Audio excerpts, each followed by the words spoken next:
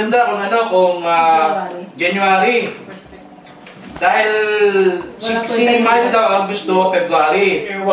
Pero, ano ba naman, mas? Bali wala naman si Milo, masiputati ka rin, January gusto namin. Wala ko rin kurinta si Milo, sabi ni Danny. Hello? Yan, January na lang tayo siguro. This is now 6 o'clock. January.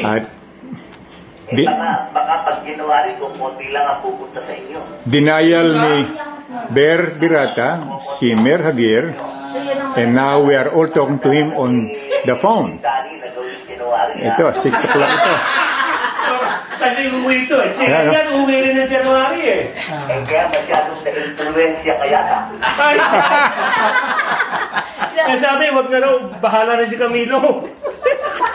Bahala na raw si Camilo.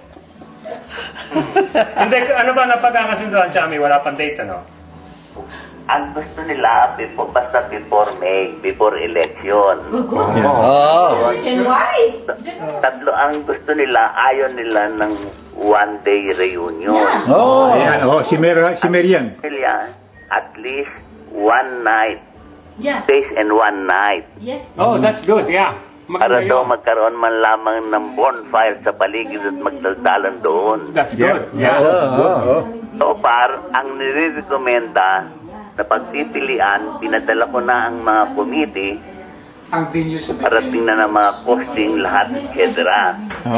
Ang Canyon Woods, which is on the hills of Tagaytay, mahirap sa transportasyon lang doon. Lahat naman ng mga brothers hindi may kotse. Berwan yun.